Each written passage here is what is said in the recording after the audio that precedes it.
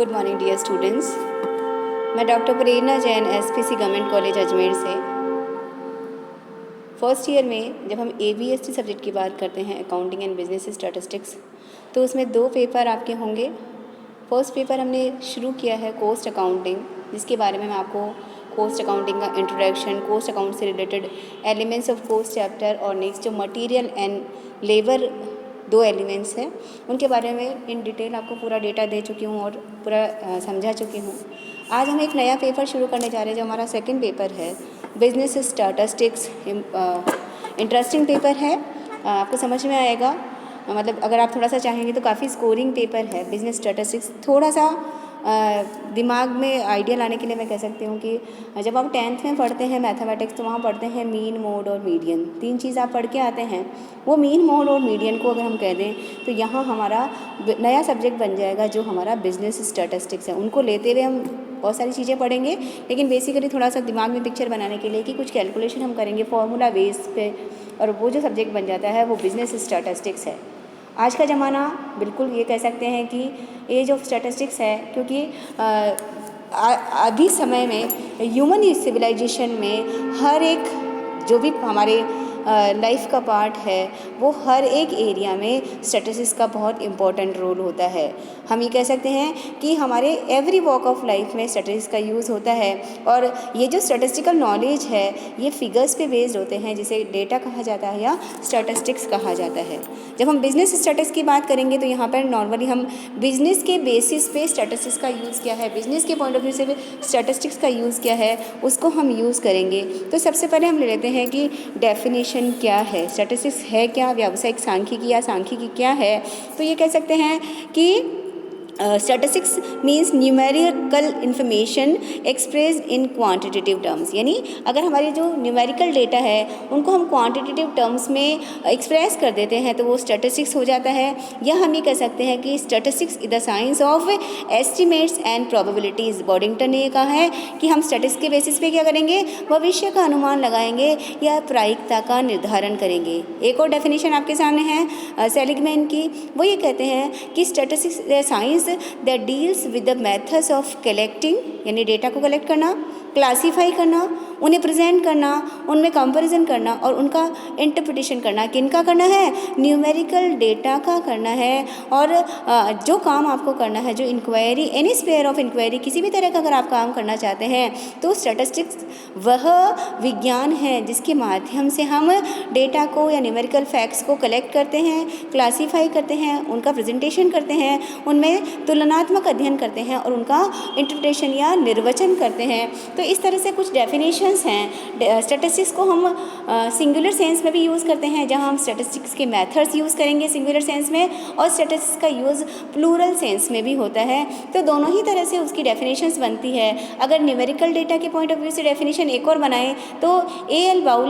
बाउले का बहुत बार नाम आएगा। उन्होंने ये कहा है कि statistics are numerical statements of facts, यानी कोई जो तथ्य है उनका आप क्या करेंगे, संख्यात्मक विवरण देंगे। Any department of inquiry place in relation to each other, यानी जिस भी डिपार्टमेंट में हमें काम करना है, जिस भी इंक्वायरी को करना है, उसके लिए अगर न्यूमेरिकल स्टेटमेंट ऑफ फैक्ट्स लगा दिया जाए तो वो हमारा स्टैटिस्टिक्स हो जाता है। तो इस तरह से बुक में बहुत सारी डेफिनेशंस है। आप छोटा 2 नंबर का क्वेश्चन आएगा कि what do you mean by statistics, what is statistics. तो आप अगर 1 या 2 परिभाषा भी अगर आप याद कर लेते हैं तो आपके लिए काफ़ी अच्छा होगा बेसिकली इसको समझने के लिए। स्टैटिस्टिक्स जो है सबसे पहले एक जर्मन मैथमेटिशियन थे जिनका नाम था G.F. एकेनवॉल। 1749 में, ये थोड़ा नाम याद कर लीजिएगा, मैंने यहाँ लिखा नहीं है। G.F. एकेनवॉल ने 1749 में स्टैटिस्टिक्स को फर्स्ट टाइम यूज़ किया है, इसीलिए उनको फादर ऑफ स्टैटिस्टिक्स या जैसे सांख्यिकी का हम कह सकते हैं कि जनक भी कहा जा सकता है। ठीक है, अब ये जो स्टैटिस्टिक्स मैंने आपको बताया है इसकी डेफिनेशन, इसके बेसिस पे इसकी कुछ विशेषताएं बन जाती हैं। पहली विशेषता हम ये कह सकते हैं कि स्टैटिस्टिक्स क्या है, statistics are the aggregate of facts, यानी जितने भी तरह का हमारा स्टैटिस्टिक्स होता है आइसोलेटेड टर्म में, आइटम में इसको यूज़ नहीं करेंगे। ये क्या होगा, जो डेटा होगा पूरा का पूरा सब्जेक्ट मैटर के बेसिस पे होगा, यानी हम एग्रीगेट करेंगे, इंडिविजुअल बात नहीं कर रहे हैं हम यहाँ पर, ओवरऑल जो है उसके बारे में बात करेंगे। तो वहाँ पर हम ये कह सकते हैं कि एग्रीगेट फैक्ट चाहे हाइट का हो सकता है, इनकम का हो सकता है, डेथ का हो सकता है, बर्थ का हो सकता है। अगर बिजनेस के पॉइंट ऑफ व्यू से बात करें तो सेल्स, प्रोडक्शन, प्रॉफिट, ये जितने भी एरियाज़ हैं कुछ भी, उनके लिए हम एग्रीगेट करते हैं, राइट। दूसरा हम ये कह सकते हैं कि statistics are affected by a number of factors. बहुत सारे ऐसे फैक्टर्स होते हैं जो स्टैटिस्टिकल डेटा को आपको प्रभावित करेंगे। आप सिर्फ एक पॉइंट ऑफ व्यू से काम नहीं करेंगे, आप यहाँ पर जो भी न्यूमेरिकल स्टेटमेंट्स हम लेंगे, उन न्यूमेरिकल स्टेटमेंट्स को रिलेट करने वाले बहुत सारे कॉजेज होंगे। जैसे अगर आप कहें कि प्राइस ऑफ कमोडिटी अगर बात करते हैं तो बहुत सारे फैक्टर्स प्रभावित करते हैं, उसमें डिमांड भी प्रभावित करता है, उसकी सप्लाई भी प्रभावित करती है, उसकी इम्पोर्ट एक्सपोर्ट अगर होने हैं, या इन्फ्लेशन डिफ्लेशन है, तो बहुत सारे ऐसे पॉइंट्स होते हैं जो स्टैटिस्टिक्स को यानी सांख्यिकी को प्रभावित करते हैं। तो यहाँ पर मल्टीप्लिसिटी ऑफ कॉजेज होती है जिनसे वो प्रभावित होता है।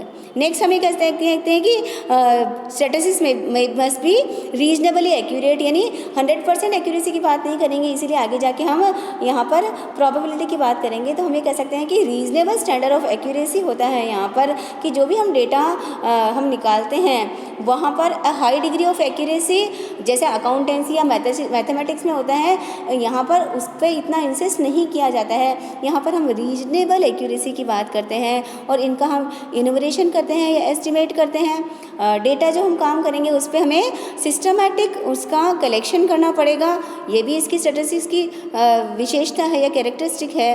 दूसरा हम कह सकते हैं कि सिस्टमैटिक मैनर से आप जब करेंगे तो उनका हमें प्री डिटरमाइंड पर्पस, पहले आपको डिसाइड करना पड़ेगा कि जो भी स्टैटिस्टिक्स आप कलेक्ट करेंगे उसके लिए हर एक काम का अपना एक उद्देश्य होगा। तो पहले आपको उद्देश्य डिसाइड करना पड़ेगा, पहले स्कोप डिसाइड करना पड़ेगा, ठीक है। उसको डिसाइड करने के बाद ही आप एक्चुअल इंक्वायरी कंडक्ट करेंगे डेटा की, तभी वो यूज़फुल होता है, ठीक है। तो इस तरह से हम यहाँ पर ये कह सकते हैं कि बिजनेस स्टैटिस्टिक्स का जो हम बात कर रहे हैं वो डेटा को कलेक्ट करना, क्लासीफाई करना, समराइज़ करना, ऑर्गेनाइज करना, एनालाइज करना या इंटरप्रेट करना, वो हमारा व्यावसायिक सांख्यिकी है, जिसका मेन उद्देश्य हमारा वो भी बिजनेस डोमेन के अंदर जितने भी काम करने वाले हैं, चाहे वो पीपल है, चाहे ऑब्जेक्ट है, चाहे कलेक्शन ऑफ इंफॉर्मेशन है, उसके बेसिस पे हम कोई हमारे से रिलेटेड सूचना हम निकाल सकें, ठीक है। नेक्स्ट होता है कि स्टैटिस्टिक्स का बहुत सारी डेफिनेशंस है, बहुत सारी कैरेक्टरिस्टिक पॉइंट और भी आप कर सकते हैं। अब आप ये कह सकते हैं कि स्टैटिस्टिक्स क्यों किया जाए, इसका यूज़ क्या है, इसका इम्पोर्टेंस क्या है। तो स्टैटिस्टिक्स जो है वो एवरी वॉक ऑफ लाइफ में इम्पॉर्टेंट है। आप यहाँ पर स्टैटिस्टिक्स को कहीं पर भी इग्नोर नहीं कर सकते हैं, क्योंकि यहाँ स्टैटिस्टिक्स के बेसिस पे जब हम काम करते हैं तो यहाँ पर इनएविटेबल टूल है किसके लिए, इकोनॉमिक्स। तो स्पेशली इसका बहुत यूज़ होता है, क्योंकि चाहे वो इकोनॉमिक प्रॉब्लम किसी भी तरह की आए, चाहे कंजप्शन से रिलेटेड है, चाहे प्रोडक्शन से रिलेटेड है, चाहे एक्सचेंज से रिलेटेड है, चाहे डिस्ट्रीब्यूशन से रिलेटेड है, चाहे डेवलपमेंट से रिलेटेड है, तो किसी भी तरह की इकोनॉमिक प्रॉब्लम्स जितनी भी आती हैं उनको सॉल्व करने के लिए तो ये उनके लिए अपरिहार्य टूल बन गया है। अब चाहे वो ऑपरेशन से रिलेटेड प्लानिंग करनी हो, चाहे स्टैंडर्ड्स फिक्स करने हो, चाहे फंक्शन कोई भी कंट्रोल फंक्शन करना हो, और भी आप जोड़ सकते हैं एडमिनिस्ट्रेटिव से रिलेटेड, बिजनेस या कॉमर्स के एरिया में जितने भी एवरी वॉक ऑफ लाइफ, चाहे बैंकर्स है, चाहे ब्रोकर्स है, चाहे इंश्योरेंस कंपनीज़ हैं, सभी के लिए स्टैटिस्टिक्स यूज़फुल होता है। और इसीलिए डॉक्टर A.L. बाउले ने कहा है कि a knowledge of statistics is like a knowledge of foreign language और of algebra, it may prove to use at any time under any circumstances, यानी कभी भी किसी भी तरह से इसका यूज हो सकता है। जैसे अगर आप फॉरेन लैंग्वेज जानते हैं तो आपकी मास्टरी हो जाती है, या अगर आप एल्जेब्रा जानते हैं तो आपकी वो नॉलेज आपके लिए बहुत फ्रूटफुल होता है। वैसे ही किसी भी तरह की परिस्थिति में इसका यूज़ हो सकता है। लेकिन जैसे क्लियरली हम हर एक सब्जेक्ट में पढ़ते हैं कि उसका कुछ अगर इम्पोर्टेंस है, इम्पोर्टेंस के पॉइंट और आप ऐड कर दीजिएगा जो मैंने बोले हैं इस तो अगर यूजेज हैं तो लिमिटेशंस भी होगी, ठीक है। अब इंडिविजुअल पहली जो लिमिटेशन हम ये कह सकते हैं कि मैंने जैसे पहली इसकी जो कैरेक्टरिस्टिक बताई थी कि एग्रीगेट ऑफ फैक्ट्स है, तो वही उसकी लिमिटेशन बन जाती है कि it is not useful for individual cases, यानी पर्टिकुलरली अगर आपको काम करना है, पर्टिकुलर एक जने के लिए काम करता है तो नॉर्मली फिर तो आपको एक्चुअल डेटा ही लेना पड़ेगा, तो वहाँ पे हम स्टैटिस्टिक्स टूल को नहीं लगा सकते हैं। इसी तरह से ये क्वांटिटेटिव टर्म्स पे काम करता है, तो ये इग्नोर करता है क्वालिटेटिव एस्पेक्ट्स को। कुछ एरिया में आगे जाके हम एसोसिएशन ऑफ एट्रीब्यूट वगैरह करेंगे, वहाँ यूज़फुल होता है, लेकिन फिर भी इतना ज़्यादा यूज़ क्वालिटेटिव एस्पेक्ट्स को इग्नोर करने की वजह से इसका नहीं हो पाता है। फिर यहाँ पर हम एवरेजेस की बात करते हैं, एक्चुअल डेटा की बात नहीं करते हैं, ठीक है, ये इसकी लिमिटेशन बन जाती है। फिर अगर आप इसका यूज़ जो कर रहे हैं वो अगर प्रॉपर तरीके से नहीं करते हैं, इसीलिए कहते हैं ना कि जो डेटा है वो क्या करते हैं, जैसे सपोज कीजिए आप 2 ही लोग थे और 2 लोग में से अगर एक शराब पीता है, ठीक है, आप डेटा के हिसाब से अगर इसका एक्सप्रेशन ये कहें कि हमारे घर के तो 50% बच्चे शराब पीते हैं। सपोज कीजिए घर में 2 ही बच्चे हैं और दोनों में से बाय द वे एक शराब पीता है, और आप उसका अगर आप स्टेटिस्टिक्स के पॉइंट ऑफ व्यू से कहें तो आप क्या कहें, अगर दुनिया में ये बताएं कि हमारे घर के तो 50%, 2 में से एक पीता है तो 50% हो गया ना। तो इस तरह से अगर इसका इम्प्रॉपर यूज हो जाता है तो वो बहुत ही डेंजरस हो सकता है। तो ये एक साधन है, साध्य नहीं है। आप इसका यूज़ करके आप अपने बहुत सारे डिसीजंस ले सकते हैं, लेकिन ह्यूमन एक्सपर्टीज़ की वहाँ पर ज़रूरत पड़ेगी इसको यूज़ करने से पहले।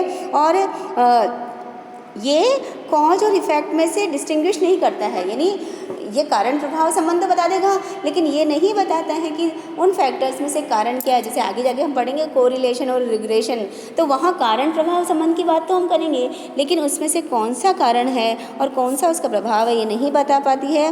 तो हम ये कह सकते हैं कि यहाँ जब हम यूज़ करें तो बहुत हमें इस स्टैटिस्टिक्स को यूज़ करते समय कुछ जो इसकी लिमिटेशंस हैं उनको ध्यान में रखते हुए हमें इसको यूज़ करना पड़ेगा, तब हमारे लिए ये यूज़फुल हो सकती है। ठीक है, तो ये हमारा स्टैटिस्टिक्स का बेसिक नॉलेज हुआ कि स्टैटिस्टिक्स क्या है, स्टैटिस्टिक्स की कैरेक्टरिस्टिक्स क्या हैं और इसकी इम्पोर्टेंस और लिमिटेशंस क्या होती है। नेक्स्ट में थोड़ा इसको प्रैक्टिकली और समझने की कोशिश करेंगे। Thank you.